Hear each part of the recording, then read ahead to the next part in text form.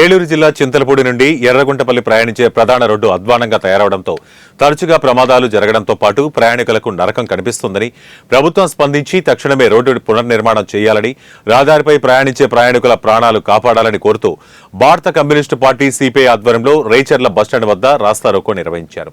ఈ సందర్భంగా సిపిఐ మండల కార్యదర్శి కంచర్ల గురవయ్య మాట్లాడుతూ చింతలపూడి నుంచి ఎర్రగుంటపల్లి మధ్య ఉన్న రోడ్డు మొత్తం పెద్ద పెద్ద గుంతలు ఏర్పడ్డాయని, తక్షణం ఈ రోడ్డు మరమ్మతులు చేయాలని ఆయన ప్రభుత్వాన్ని డిమాండ్ చేశారు.